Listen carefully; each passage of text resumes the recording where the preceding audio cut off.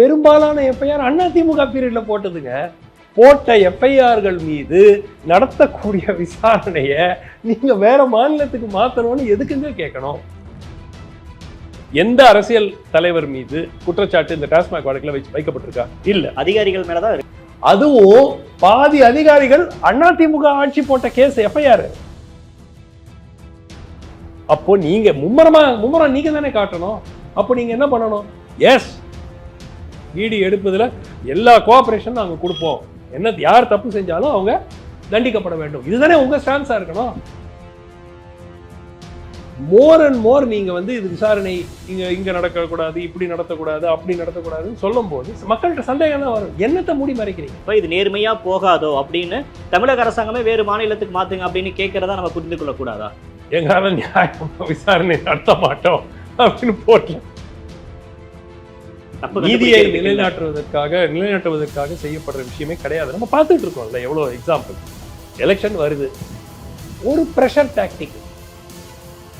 இப்போ ஒரு பக்கம் பொன்முடி அவர்களுடைய கேஸ் வேகம் எடுக்குது, இன்னொரு பக்கம் KN நேருக்கு சொன்ன மாதிரி எதுவுமே வேகம் எடுக்குதுன்னு சொல்லாதீங்க. இங்க தயவு செய்துங்க,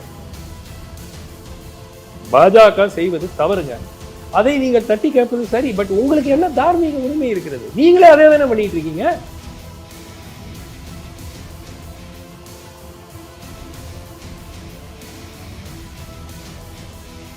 சார் வணக்கம். வணக்கம் பிரதீப். உச்சநீதிமன்றம் வரலாற்று சிறப்புமிக்க ஒரு தீர்ப்பை கொடுத்திருக்கு இந்த கவர்னர் விவகாரத்தில். இந்த தீர்ப்பை எப்படி சார் பார்க்குறீங்க? ரொம்ப வரவேற்கத்தக்க ஒரு தீர்ப்புங்க. இந்த தீர்ப்பு வெறும் தமிழ்நாட்டுக்கு மட்டும் இல்லை, அகில இந்திய அளவில் இந்த ஆளுநர்கள் அதாவது மத்திய அரசு ஆளுநர்கள் மூலம் நடத்தக்கூடிய இந்த அரசியல் சாசன சட்டத்தின் மீது ஒரு அசால்ட்டுன்னு சொல்லுவேன், ஒரு அட்டாக்னு சொல்லுவேன். அதை ஒரு முற்றுப்புள்ளி வைக்கவில்லை என்றாலும் பெரும் அளவில் இது குறைக்கும், அதில் மாற்று கருத்தே இல்லை. மிகவும் வரவேற்கத்தக்கது. என்ன கேட்டால் இதை முன்னிருந்து நடத்திய முதலமைச்சர் அவர்களுக்கு பாராட்டு. இப்போ இதுக்கு முன்னாடி வரைக்கும் பேசுகிறப்ப as soon as possible தான் கொடுக்கப்பட்டிருக்கு, டைம் ஃப்ரேம் எதுவுமே கவர்னருக்கு இல்லை அப்படின்றத ரொம்ப ஸ்ட்ராங்காக கவர்னர் தரப்புல பேசினாங்க. ஆனால் இந்த தடவை டைம் ஃப்ரேம்ன்றதை ரொம்ப அழுத்த திருத்தமாக சுப்ரீம் கோர்ட் சொல்லியிருக்கு. இது எப்படி நம்ம புரிஞ்சுக்கணும் சார்? ரொம்ப சிம்பிளுங்க. நம்ம அரசியல் சாசன சட்டத்தை எழுதும்போது அவர்கள் மனிதர்கள், அதுவும் ஆளுநர் பதவியில் இருக்கக்கூடியவர்களும் மத்திய அரசில் பதவியில் இருக்கக்கூடியவர்கள் நேர்மையாக நல்லவர்களாக இருப்பார்கள் என்ற அந்த எண்ணத்தோடு அவங்க அமைச்சாங்க. பிரித்திவாலா நேற்று அதை தான் சொல்றாரு. ஆமா, சிஜே. ஸோ இந்த அளவுக்கு இதை ஒரு சட்டத்தில் இருக்கக்கூடிய ஒவ்வொரு ஓட்டையையும் பயன்படுத்தி கொண்டு இவர்கள் செயல்படுவார்கள் என்று அவர்கள் அம்பேத்கர் அவர்களும் அந்த கான்ஸ்டியூஷன் எழுதினவங்களும் அவங்க நினைச்சு கூட பார்த்துருக்க மாட்டாங்க. இவங்க நேர்மையாக இருப்பாங்க, நியாயமாக. ஏன்னா அவங்க அந்த காலகட்டத்தில் இருந்ததை அதை அவங்க ஒரு எக்ஸாம்பிளாக வச்சுருப்பாங்க. இவங்க எல்லா ஓட்டைகளையும் எடுத்து இதில் எப்படி இந்த சிஸ்டமை பைபாஸ் பண்ணலாம், எப்படி டிலே பண்ணலாம், எப்படி மாநில அரசுக்கு பிரச்சனை உண்டாக்கலாம், எதிர்கட்சி ஆட்சி செய்யும் மாநில அரசுகளுக்குன்னு அந்த ஆங்கிளில் அவங்க யூஸ் பண்ணும்போது அதற்கு இது ஸ்ட்ரிக்டாக நீங்கள் பார்த்தீங்கன்னா என்ன அடிப்படையில் 1 மாதம் டைமுங்கிறாங்க நீதியரசர்கள். 1 மாதம்னு எங்கே எழுதியிருக்கு? ஏன் 2 மாதமாக இருக்கக்கூடாதா? இல்லை 100 நாள் இருக்கக்கூடாதா? இல்லை 10 நாள் இருக்கக்கூடாதா? பதிலே கிடையாது. ஆனால் இந்த பதவியை வகிக்கும் நபர்கள் இதை தவறாக அந்த கான்ஸ்டியூஷனை பயன்படுத்தி கொள்ளும் போது, அதில் இருக்கக்கூடிய கேப்பை பயன்படுத்தி கொள்ளும் போது நிச்சயமாக நீதிமன்றம் அதை சரி செய்ய வேண்டியது அதனுடைய பொறுப்பு. அதைத்தான் அவர்கள் செய்திருக்கு. இப்போ இங்கே ஆளுங்கட்சியாக திமுக இருக்காங்க சார். ஈவன் மத்தியில் காங்கிரஸ் இருந்தப்பயுமே அண்ணா அவர்களாகட்டும், கலைஞர் அவர்களாகட்டும், மறைந்த முதல்வர் செல்வி ஜெயலலிதா அவர்களாகட்டும், அவங்களும் கவர்னரால் இந்த இஷ்யூவை ஃபேஸ் பண்ணிட்டு தானே இருந்திருக்காங்க. அதனால தாங்க சொன்னேன், இந்த தீர்ப்பு அப்படிங்கிறது இது வெறும் தமிழ்நாட்டுக்கு இந்த பர்டிகுலர் 10 மசோதாக்களுக்கும் ஆன தீர்ப்பு அல்ல. இது முன்னுதாரண தீர்ப்பு. நாளைக்கு இந்த இதே மாதிரி எந்த மாநிலத்தில் என்ன நடந்தாலும், எந்த விஷயத்தில் ஆளுநர்கள் இவ்வாறு நடந்து கொண்டாலும் இந்த தீர்ப்பை வைத்து விரைவாக அதற்கு நிவர்த்தி பெறுவதற்கான அந்த மாநில அரசுக்கு ஒரு வாய்ப்பு அளித்திருக்கு. இதில் இன்னொரு முக்கியமான விஷயமா நான் பார்க்கறது, 142 பயன்படுத்தி அந்த 10 மசோதாக்களுக்கு சுப்ரீம் கோர்ட்டே ஒப்புதல் கொடுத்துருக்கு. ஆளுநருக்கு ஒரு டைம் ஃப்ரேம் கொடுத்து ஆளுநரை வச்சு அவங்க அந்த மசோதாவுக்கு ஒப்புதல் கொடுக்க வச்சிருக்கலாம்ல. சுப்ரீம் கோர்ட்டே இதை பண்ண வேண்டிய அவசியம் என்ன? இல்லையே, ஆளுநர் தான் அதை ஆளுநருக்கு ஒப்புதல் கொடுத்தா இந்த மேட்டர் உச்சநீதிமன்றத்துக்கு போயிருக்காது. ஆளுநர் பிரதீப், இதில் என்ன சிக்கல் என்றால், ஆளுநர் ஒரு மசோதா அவரிடம் அனுப்பப்பட்டால் அதை ஏற்றுக்கொள்ளலாம், ஒப்புதல் அளிக்கலாம், இல்லை நிராகரிக்கலாம். நீங்கள் ரெண்டும் செய்யாமல் அப்படியே உட்காந்துருந்தீங்கன்னா, ஏன் உங்களுக்கு டைம் ஃப்ரேம் கான்ஸ்டியூஷனில் இல்லை. நீங்கள் இத்தனை நாட்களுக்குள் இதை ஐதர் அப்ரூவ் பண்ணோம் இல்லாட்டி நிராகரிக்கணுங்கிறது உங்களுக்கு அரசியல் சாசன சட்டத்தில் எத்தனை நாட்கள் அப்படின்னு ஒரு வரைமுறை இல்லை. அதை பயன்படுத்தி கொண்டு அப்படியே நீங்கள் உட்காந்துருந்தீங்கன்னா, அப்போ இந்த கான்ஸ்டியூஷனில் அதுக்கான எந்த ஒரு இதுவும் இல்லை அப்படின்றப்ப அந்த அதிகாரத்துக்கு உட்பட்டு சட்டத்துக்கு உட்பட்டு தானே ஆளுநர் செயல்பட்டிருக்காரு, அப்படி தானே புரிஞ்சு. ஐடியலாக இது என்ன நடக்கணும்? ஐடியல் சிச்சுவேஷன் என்ன? பாராளுமன்றத்தில் ஒரு மசோதா கொண்டு வந்து அரசியல் சாசன சட்டத்தை எத்தனை முறை திருத்தியிருக்கோம்? ஏராளமான முறையில் திருத்தியிருக்கோம். ஒரு திருத்தத்தை கொண்டு வந்து ஆளுநர் அவர்களுக்கு இத்தனை நாட்களுக்குள், ஆனால் இப்போ ஆளுங்கட்சி யாராவது செய்வாங்களா? டெல்லியில் இருக்கிற ஆளுங்கட்சி பாஜக செய்யுமா? செய்யாது. ஏன்னா ஆளுநர்களை அவர்கள் தான் வந்து தவறாக பயன்படுத்தி கொண்டிருக்கிறார்கள். ஸோ அவங்க செய்ய போகிறதில்லை. அப்போ நீதிமன்றம் தானே செய்யணும். யாரால செய்ய முடியும்? ஸோ இது வந்து ஸ்ட்ரிக்ட்லி ஸ்பீக்கிங் இது நீதிமன்றத்தினுடைய பர்வியூவில் வர விஷயமானு பார்த்தா இல்லை.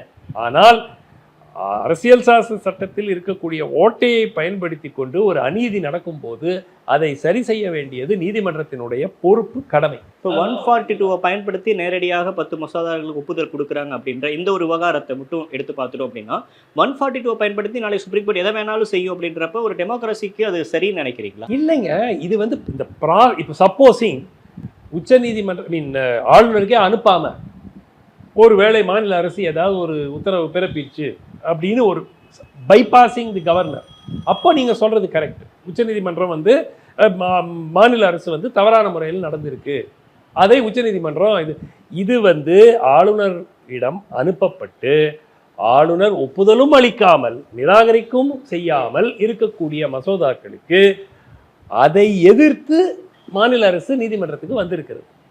அவங்க என்ன சொல்கிறாங்க? இது as per due process அனுப்பப்பட்டிருக்கா? It has been sent. நீங்கள் ரிஜெக்ட் பண்ணீங்களா? இல்லை. அப்ரூவும் பண்ணல, ரிஜெக்டும் பண்ணல. Therefore it is deemed. இப்போது பல அரசு துறைகளில் இது ஒரு சஜஷன் கொடுத்துருக்காங்க. சில துறைகளில் இது ஏற்கனவே அமல்படுத்தப்பட்டது. டீம்டு அக்செப்டன்ஸ்னு வாங்க. நான் வந்து ஒரு செட் ஆஃப் டாக்குமெண்ட்ஸும் உங்களுக்கு ஃபைல் பண்ணுறேன், ஏதோ ஒரு அப்ரூவல் கேட்குறதுக்கு. ஏதேனும் ஆட்சேபனை இருந்தால் 20 நாட்களுக்குள் நீங்கள் தெரிவிக்க வேண்டும், இல்லைன்னா 21வது நாள் it is team to be accepted. அந்த மாதிரி நிறைய விதிமுறைகள் இருக்குது அரசாங்கத்தில். ஸோ நடுவில் கூட இந்த சிஎம்டிஏ மாதிரி அமைப்புகளுக்கு கூட இந்த மாதிரி ஒரு திட்டம் கொண்டு வரலான்னு ஒரு ஐடியா கொடுத்தாங்க. அதுக்கப்புறம் அது சிஎம்டிஏ நடக்கிற கூத்தெல்லாம் வேற, பட் அதை விட்டுட்டாங்க. அதாவது நான் சமர்ப்பிக்க வேண்டிய எல்லா டாக்குமெண்ட்டையும் தஸ்தாவேஜுகளையும் நான் சமர்ப்பிப்பேன். சமர்ப்பித்து உங்களுக்கு 30 நாள் இருக்குது அப்ரூவல் கொடுக்கறதுக்கு. 30 நாட்களுக்குள் நீங்கள் ஐதர் அப்ரூவல் கொடுக்கணும், இல்லை திருப்பி அனுப்பணும். நான் ஏற்றுக்கொள்ளவில்லை, இல்லை இந்த டாக்குமெண்ட் அனுப்புங்க, ஏதாவது கிளாரிஃபிகேஷன் போடணும். பதிலே நீங்கள் கொடுக்கலன்னா it is team to be accepted. அந்த மாதிரி சில விஷயங்கள்ல ஏற்கனவே இருக்குது. ஸோ அதை வந்து ஒரு பேசிஸாக வைத்துக்கொண்டு அவர்கள் இவ்வாறு. இப்போ இந்த தீர்ப்புக்கு ஒரு மூல காரணம் அப்படின்றத நம்ம பேரறிவாளன் கேஸ் எடுத்துக்கிறது சரியா இருக்குமா சார்? இது நிறைய ஏராளமான கேசஸ் இருக்கு. நீட் மசோதா மாநில அரசு வந்து அனுப்பிச்சு அதுக்கப்புறம் முதல் வாட்டி அது பெரிய சர்ச்சையான பிறகுதான் முதல் வாட்டி அது திருப்பி வருது, ரைட்டா? ஸோ இது எல்லாமே பேரறிவாளன் ராஜீவ்காந்தி கொலை குற்றவாளிகள் பலர், Perarivalan was most obvious example. அதுக்கப்புறம் மற்றவர்கள் கூட அந்த ரிலீஸ் அப்படிங்கிறத வந்து என்ன மாநில அரசினுடைய மத்திய அரசினுடைய நிலைப்பாடு என்ன, ஆளுநருக்கு ஒப்புதல் அளிக்காதது. ஸோ இது எல்லாமே வந்து ஒரு சீரீஸ் ஆஃப் கேசஸ். இது மட்டும் இல்லை, மகாராஷ்டிராவில் வைஸ் சான்சலர் அப்பாயின்மெண்ட்டில் இதே மாதிரி பிரச்சனை. பகத்சிங் கோஷியாரின்னு இதுக்கு முன்னாடி ஆளுநர், இப்போ இல்லை, இவங்க உத்தவ் தாக்கரே பீரியடில் இருக்கும்போது ப்ரீவியஸ் எதிர் சிவசேனா காங்கிரஸ் என்சிபி அரசாங்கம் இருந்த காலகட்டத்தில் எவ்வளவோ பிரச்சனைகள். அவங்க மகாராஷ்டிரா கவர்மெண்ட் திருப்பி உச்ச நீதிமன்றத்துக்கு போகுது. ஸோ இது வந்து ஏதோ இங்கே கேரளாவில் பினராயி விஜயன் அரசுக்கு எவ்வளோ பிரச்சனை உண்டாக்குனார் ஆரிஃப் முகமது கான்.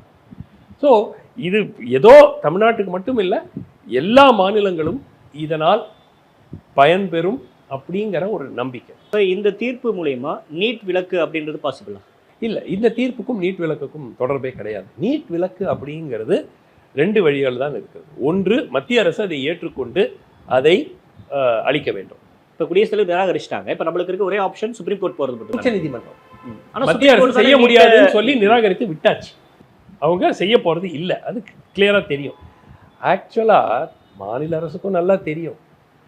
இவ்வளவு நாள் ஆளுநர் செய்யாமல் இருக்காங்க, ஜனாதிபதி செய்யாமல் இருக்காங்க, அவங்க செய்யாத இருக்கிறதுனால தான் இல்லாட்டி நீட் விலக்கு வந்திருக்கும்னு சொல்லி இவங்க 4 வருஷம் ஓட்டிட்டாங்க.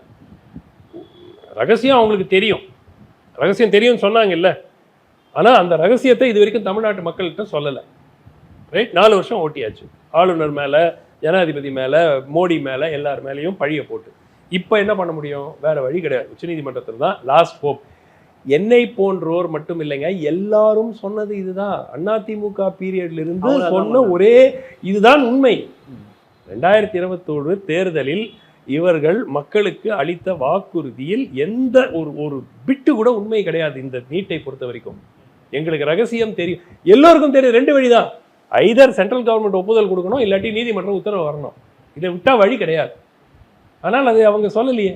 இதே தானே திமுக சொல்லிச்சு. அடிமை அரசுன்னு போட்டு அவங்கள இது பண்ணாங்கல்ல, கிண்டல் பண்ணாங்கல்ல. பாஜகவினுடைய அடிமை அரசு நாங்கள் இருந்தால் எங்களுக்கு ரகசியம் தெரியும். என்ன பண்ணாங்க? 4 வருஷம் ஆயிடுச்சுல்ல. இப்போ நீதிமன்றம் போய் ரிஜெக்ட் ஆயிடுச்சுன்னா ரெவியூ பெட்டிஷன் போட்டு அதுவும் போயிடுச்சுன்னா முடிஞ்சு போச்சு, பண்ண முடியாது. லாஸ்ட் ஆப்ஷன் நம்ம சுப்ரீம் கோர்ட் தான். பட் அதுவும் நெகட்டிவ் ஆயிடுச்சுன்னா நம்மளுக்கு வேற முற்றுப்புள்ளி, அதோட முற்றுப்புள்ளி வந்துடும். இன்னொரு விவகாரம் டாஸ்மாக் பத்தி. அந்த முற்றுப்புள்ளி வரக்கூடாதுங்கிறதுனால தான் அப்படியே இழுத்துட்டு இருக்காங்க. ஓகே, இன்னொரு விவகாரம் தமிழ்நாட்டை பொறுத்த வரைக்கும் டாஸ்மாக் சார். கடந்த மாதம் அங்கே அமலாக்கத்துறை ரைடு பண்ணாங்க. கிட்டத்தட்ட 1000 கோடி கிட்ட ஊழல் அப்படின்னாங்க. இதை எதிர்த்து ஹைகோர்ட்டுக்கு போனாங்க. அதுக்கப்புறம் சுப்ரீம் கோர்ட்டுக்கும் நம்ம போனோம். இந்த ஒரு விவகாரம் எப்படி சார் பார்க்கறது? நேற்று நீதிபதிகள் கடுமையான வாதங்களை தமிழக அரசு மீது வச்சாங்க, கடுமையான கண்டனங்களை பதிவு செஞ்சாங்க. இதை எப்படி நம்ம புரிஞ்சு? இது ஒரு அபூர்வமான ஒரு சிச்சுவேஷனுங்க. இப்போ ஒரு மாநில அரசு இந்த மாநிலத்தில் இருக்கக்கூடிய நீதிமன்றத்தில் விசாரிக்கக்கூடாது, வேற எங்கேயாவது இந்த கேஸை எடுத்துகிட்டு போனோன்னு ஒரு அரசாங்கமே கேட்டு நான் ஐ ஹவ் நாட் சீன், நான் கேள்விப்பட்டதில்லை. யூஸ்வலாக என்ன பண்ணுவாங்க, இப்போ நான் ஆட்சி பொறுப்பில் இருக்கேன், இப்போது என் மீது ஒரு விசாரணை வருகிறது. அப்படிங்கிற போது நான் என்ன பண்ணுவேன், வேற யாராவது என்னை எதிர்த்து வராங்க பாருங்க, அவங்க போடுவாங்க, இவர் ஆட்சியில் இருக்காருங்க, இவர் இங்கே இருக்கிறதுனால இங்க விசாரணை நியாயமா நடக்காது, வேற மாநிலத்துக்கு மாத்துங்க. புரியுதுங்களா? இப்போ உதாரணத்துக்கு பாஜக அரசாங்கம் குஜராத்தில் இருந்தபோது திரு அமித்ஷா மீது சோராபுத்தீன் கேஸோ இஸ்ரத் ஜஹான் கேஸ்லயோ வந்த வழக்குகள் மகாராஷ்டிராவுக்கு மாற்றப்பட்டன. ஆனால் குஜராத் அரசாங்கம் கேட்டு மாத்தல, எதிரணி கேட்டு இல்ல இவர் இங்க ஒரு பவர்ஃபுல் போஸ்ட்ல இருக்காரு, அவங்க கட்சி ஆட்சியில் இருக்கு, அந்த மாநிலத்தில் நடந்ததுன்னா போலீஸ் விசாரணை நியாயமாக நடக்காது, வேற மாநிலத்துக்கு மாத்துங்க, நீதி விசாரணை அங்க நடக்கட்டும் அப்படின்னு மற்றவங்க தாங்க கேட்பாங்க. இது எனக்கு புரியவே இல்லை. ஃபர்ஸ்ட் ஆஃப் ஆல் டாஸ்மாக் விவகாரத்தை எடுத்துப்போம். இப்போ இதுவரை இப்போ அந்த இன்வெஸ்டிகேஷன்ல இருக்கக்கூடிய எஃப்ஐஆர் மீது இடி எடுத்திருக்கிறது பெரும்பாலான எஃப்ஐஆர் அதிமுக பீரியட்ல போட்டதுங்க. இது இன்னும் கொடுமை. இது அதிமுக அரசாங்கம் போட்ட எஃப்ஐஆர்கள் மீது நடத்தக்கூடிய விசாரணைய நீங்க வேற மாநிலத்துக்கு மாத்தணும்னு எதுக்குங்க கேட்கணும்? there is no logic. Okay, இப்போ உச்சநீதிமன்றத்துக்கு போய் விட்ரா வேற பண்ணியாச்சு, பெட்டிஷன் வாங்கிட்டாங்க அவங்க. நீங்க ஹைகோர்ட்டே அவர் ஒரு நாளைக்கு 30 லட்சம் என்னமோ வாங்குறாருங்கிறாங்க ஒரு அப்பியரன்ஸுக்கு. பொதுமக்கள் பணம். எனக்கு சுத்தமா புரியலைங்க. இது வரைக்கும் எந்த அரசியல் தலைவர் மீது குற்றச்சாட்டு இந்த டாஸ்மாக் வழக்குல வைக்கப்பட்டிருக்கா? இல்ல. அதிகாரிகள் மேலதான் இருக்கு. அதிகாரிகள் மேல இருக்கு. அதுவும் பாதி அதிகாரிகள் அதிமுக ஆட்சி போட்ட கேஸ் எஃப்ஐஆர். இவங்க போட்டிருக்கிறது 8 எஃப்ஐஆரோ 6 எஃப்ஐஆரோ தான் இந்த லாஸ்ட் 4 இயர்ஸ்ல. பெரும்பாலான எஃப்ஐஆர் ஏடிஎம்கே பீரியட்ல போட்ட எஃப்ஐஆர். அப்போ உங்களுக்கு என்ன பிரச்சனை? எதுக்காக நீங்க போய் நீதிமன்றத்தை போய் இது நடத்தக்கூடாதுன்னு எதுக்கு சொல்லணும்? மன உளைச்சலுக்கு ஆயிடுவாங்க. என்ன மன உளைச்சல்? இல்லை சார், அவங்க ஒரு விஷயம் குறிப்பிடுறாங்க. நேற்று பேசுகிறப்ப டாஸ்மாக் தரப்பு பேசுகிறப்பையும் சரி, தமிழ்நாடு அரசு வாதமும், நீங்கள் ஒருத்தர் தப்பு பண்ணுறாங்க அப்படின்னா நீங்கள் நடவடிக்கை எடுங்க, அதுக்கு உங்களுக்கு எல்லா அதிகாரமும் உட்பட்டது. ஆனால் ஒரு 60 மணி நேரம் ஒரு பெண்களை ஒரு ரூமில் நீங்கள் நிற்க வைக்கிறீங்க அப்படின்னா அது எப்படி சரியாக இருக்கும் அப்படின்ற ஒரு வாதம் அவங்க. இல்லை, ரொம்ப சிம்பிளுங்க. மனித உரிமை மீறல் இருந்தால் அதை எதிர்த்து வாதிடுவதற்கு மாநில அரசுக்கு முழு உரிமை இருக்கிறது. மாநில அரசுனா டாஸ்மாக் இஸ் மாநில அரசு. ஸோ அவர்களுக்கு உரிமை இருக்கிறது, அதில் மாற்று கருத்தே இல்லை. யாரையாவது அடித்தாங்க, சித்திரவதை பண்ணாங்க, பூட்டி வச்சாங்க, இந்த மாதிரி இருந்ததுன்னா நிச்சயமாக அதை வந்து நீதிமன்றத்துக்கு எடுத்துகிட்டு போய் நீங்கள் ஒரு நியாயமான விசாரணை கேட்பதற்கு உங்களுக்கு முழு உரிமை இருக்கிறது. ஆனால் இந்த விசாரணையில் குற்றம் சாட்டப்பட்டவர்கள் இந்த நிமிடம் வரை திமுகவை சேர்ந்தவர்கள் அல்லது மூத்த தலைவர்கள் அல்லது அரசியல் ரீதியாக ஒரு பெரும் புள்ளிகளாக இதுவரை இல்லை. இனிமே வருமா நமக்கு தெரியாது.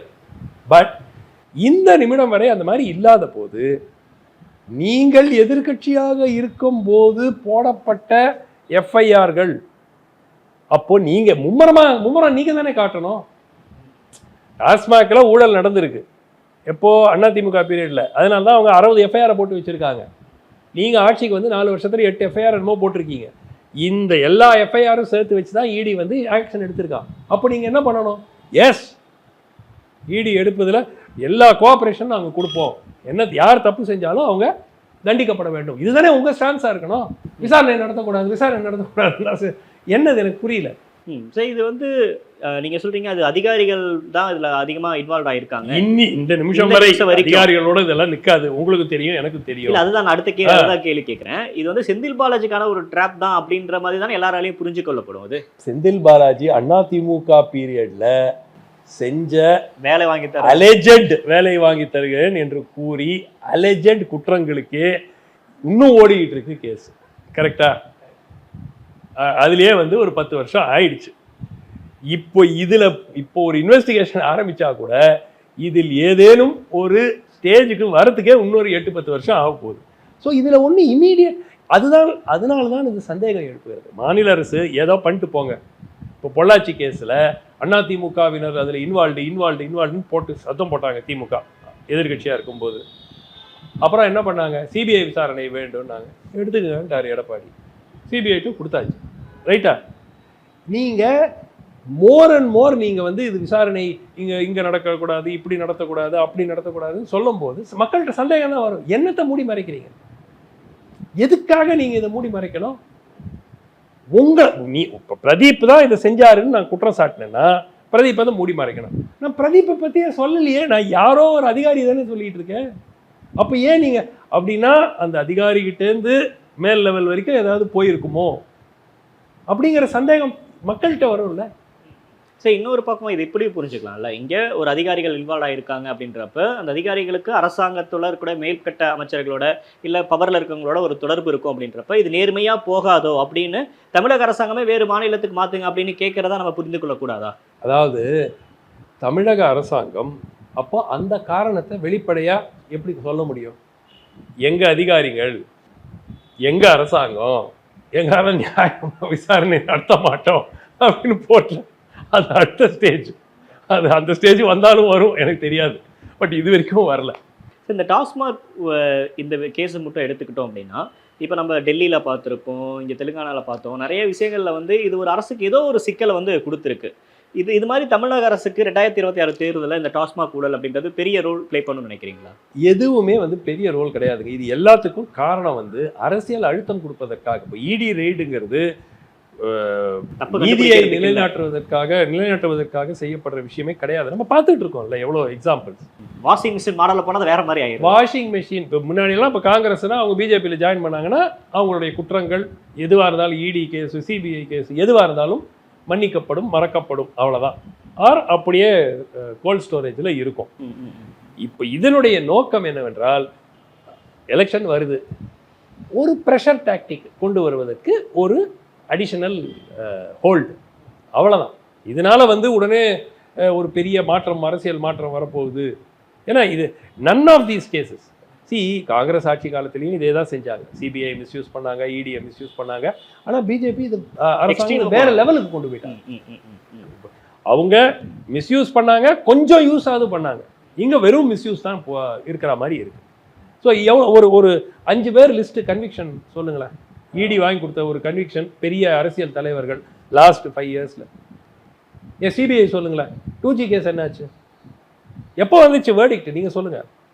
எவ்வளோ வருஷம் முன்னாடி? 5 வருஷம் ஆயிடுச்சா? அப்பீல் என்ன ஓடிட்டு இருக்கு? எவ்வளோ வருஷங்க போகணும்? ரீட்ரையல் கிடையாது, it is just an appeal. கீழ் நீதிமன்றம் கொடுத்த தீர்ப்பு சரியா தவறா என்று பார்க்க வேண்டியதுதான். எவ்வளவு நாளா ஓடிட்டு இருக்கு? சரி, இப்போ ஒரு பக்கம் பொன்முடி அவர்களுடைய கேஸ் வேகம் எடுக்குது, இன்னொரு பக்கம் KN நேருக்கு சொந்தமான எதுவுமே வேகம் எடுக்குதுன்னு சொல்லாதீங்க இங்க, தயவு செய்துங்க. இல்ல சார், அதை முடிச்சிடறேன். ஒரு ஹியரிங் வேணா வரும், அது சில நாள் திடீர்னு ஒரு ரைடுகள் சொல்றேன், ரைடு நடத்தப்படுறது. ரைடு பொன்முடி கேஸ் ஆகட்டும், இப்ப இந்த பக்கம் KN நேரு அவர்கள் வீட்டு ரைடு நடத்தப்படுது, அவங்க தம்பியை கூட்டு போறாங்க. சரி, இது எல்லாமே 2026 தேர்தலுக்கு ED தன்னோட வேலையை ஆரம்பிச்சிருச்சுன்னு புரிஞ்சுக்கணுமா, இல்ல பாஜக தன்னோட ஆட்டத்தை ஆரம்பிச்சு புரிஞ்சுக்கணுமா, இல்ல திமுக ஏதேனும் தப்புல கொஞ்சம் சிக்கலான இடத்துல மாட்டிக்கிட்டாங்கன்னு புரிஞ்சுக்கணுமா? இது எப்படி நம்ம எடுத்து இல்லைங்க. இதுல மக்கள் எப்படி பாக்குறாங்கன்னா, மக்களுக்கு இந்த ரெய்டு நடப்பதனால பெரிய ஒரு நாட்டுக்கு நன்மை வரும் என்று அவர்களுக்கு எதிர்பார்ப்பு. ஆனால் ரெய்டு செய்யப்படுபவர்கள் நேர்மையானவர்களா என்று மக்கள் நினைக்கிறார்களா என்றால் இல்லை. மக்களுக்கு பெரிய சிம்பத்தி இருக்காது. இப்போ ஒரு ஆளை வந்து நேர்மையான ஒரு ஆள் மீது ரெய்டு நடத்துறாங்க, ரொம்ப அநியாயங்க பண்றாங்க, பாருங்க எப்படி அரெஸ்ட் பண்றாங்க, நல்ல மனுஷன், அந்த மாதிரி பப்ளிக் யாரும் நினைக்க மாட்டாங்க. பப்ளிக் என்ன நினைக்கிறாங்கன்னா, பரவாயில்ல இவங்க ரெய்ட் பண்றதுல ஒன்றும் இது கிடையாது, ஏன்னா இவங்க எல்லாரும் உத்தமர்கள் என்று நாங்கள் சொல்ல மாட்டோம், ரைட்டா? பட் அதே சமயம் இடி இதை வந்து நீதியை நிலைநாட்டுவதற்காக செய்கிறாங்கன்னு யாருமே சொல்ல மாட்டாங்க. இப்போ செந்தில் பாலாஜி விவகாரத்தை பொறுத்த வரைக்கும் சார், அவர் வேலை வாங்கி தருவதாக சொல்லி ஏமாத்திட்டார் அப்படின்றதுல இவர் வந்து ஒரு கரைப்படைந்த ஒரு அமைச்சர் அப்படின்னு அதிமுக பாஜக எடுக்கக்கூடிய பிரச்சார மக்கள்கிட்ட போய் சேருமா? அவர் வந்து ஒரு குற்றவாளியே இல்லை, கன்விக்டே ஆகலை, ஆனால் அதுக்கு முன்னாடியே 1 year சிறையில் இருந்தார், இதுதான் பாஜகவோட பாசிசம் அப்படின்றது எது மக்கள்கிட்ட போய் சேரும்? கரைப்படைந்த அமைச்சர்னு சொன்னது யாரு? முதல்ல ஸ்டாலின் தானே சொன்னாரு. ஏங்க அந்த ஸ்பீச் வீடியோ நீங்க பாத்தீங்கல்ல? பட் ஆனா அதிமுக இருந்தார்ல சார். கரெக்ட் பிரதீப். பட் இவர் ஒரு ஊழல்வாதி என்று சொன்னவர் முதல்ல சொன்னது யாரு? அரவக்குறிச்சி தேர்தலே சொன்னார் இல்லையா? ஸோ இதை வந்து நீங்க அப்போ உங்களுக்கும் பிஜேபிக்கு என்ன வித்தியாசம்? நான் காங்கிரஸ்ல இருக்கிற வரைக்கும் நான் அயோக்கியனா இருக்கிறேன், பிஜேபியில ஜாயின் பண்ண உடனே நான் உத்தமர் ஆயிடுறேன். அதே தானே நீங்க சொல்றீங்க. அண்ணா திமுகல இருந்த வரைக்கும் நான் அயோக்கியனா இருந்தேன், திமுக வந்த உடனே நான் உத்தமன் ஆயிட்டேன் நீங்க சொல்றீங்க. அப்போ அதுக்கு என்னங்க வித்தியாசம்? It's same. சிஎம் சொல்றாங்க, தப்பு செஞ்சிருந்தா ஒரு மேல நடவடிக்கை எடுங்க, ஆனா ஒரு விசாரணை கைதியே 1 வருஷம் சிறையில் வச்சிருக்கிறது அப்படின்றது எப்படி சரியா இருக்கும் தான் கேட்கறாங்க. எங்க எவ்வளவு தமிழ்நாட்டில் கரெக்ட் 1 வருஷம் தமிழ்நாட்டில் எத்தனை பேர் சோஷியல் மீடியா போஸ்ட்டுக்கு 4 மாதம் 5 மாதம் சிறையில் வைக்கப்பட்டார்கள்? சோஷியல் மீடியா போஸ்ட் போட்டதுக்கு, ட்விட்டரில் ஒன்று போட்டதுக்கு எவ்வளோ பேர்? நடு ராத்திரியில் போலீஸ் வந்து வீட்டில் அரெஸ்ட் பண்ணவங்க எவ்வளோ பேர் இருக்காங்க? நிறைய பேர் இருக்காங்க. அப்புறம் நீங்கள் தார்மீக ரீதியாக உங்களுக்கு அந்த பேசுவதற்கு பாஜக செய்வது தவறுங்க. உமர் காலித் எவ்வளோ வருஷக்கணக்காக ஜெயிலில் இருக்காரு, ட்ரையலே ஆரம்பிக்கலை, ரைட்டா? அந்த மாதிரி எவ்வளோ பேர் இருக்கிறாங்க. அதை நீங்கள் தட்டி கேட்பது சரி, பட் உங்களுக்கு என்ன தார்மீக உரிமை இருக்கிறது? நீங்களே அதே தானே பண்ணிட்டு இருக்கீங்க. ஸோ திருப்பி அதான் சொல்லுவேன், இரண்டும் ஒரே நாணயத்தின் 2 பக்கங்கள். ரமேஷ் அண்ட் செந்தில்குமார் நீதிபதி ஃபர்ஸ்ட் அந்த அமர்வு அதுல இருந்து விலகிட்டாங்க, அதுக்கப்புறம் தான் வந்து மாறுறாங்க, சுப்பிரமணியன் ராஜசேகர் அமர்வுல வருது. அது இந்த நீதிபதிகள் விலகினது அப்படின்றது நம்ம எப்படி புரிஞ்சுக்கணும்? இல்லை, அது வந்து நிறைய கேசஸ்ல நடக்கிறதுக்கான வாய்ப்பு இருக்கிறது. சம்டைம்ஸ் என்ன ஆகும்னா, ஒரு பர்டிகுலர் நீதியரசர் அவர்கள் ஏதேனும் ஒரு பார்ட்டிக்கு முன்னாடி அப்பியர் ஆகிருப்பார், அவர் நீதியரசர் ஆகிறதுக்கு முன்னாடி அவங்களுக்கு அப்பியர் ஆகிருப்பார். ஸோ அது வந்து கேஸ் லிஸ்ட் ஆகும்போது சடனாக ஓஹோ நான் இதுக்கு அப்பியர் ஆகியிருக்கேன், இவங்களுக்கு நான் எப்படிங்க ஹியர் பண்ண முடியும், ஓகே நான் ரெக்யூஸ் பண்ணிக்கிறேன். ஸோ இது ரெகுலராக நடக்கக்கூடிய விஷயங்கள். அஃப்கோர்ஸ் இந்த பர்டிகுலர் கேஸில் என்ன காரணம்னு எனக்கு தெரியாது, பட் இத்தகைய ரெக்யூசலுக்கு யூஷுவல் ரீசன்ஸ் என்னன்னா, அவங்க அட்வொகேட்டாக இருக்கும்போது ஏதேனும் ஒரு தரப்பிற்கு இவர்கள் அப்பியர் ஆகிருப்பாங்க, அதுதான் யூஷுவல் காரணமாக இருக்கும்.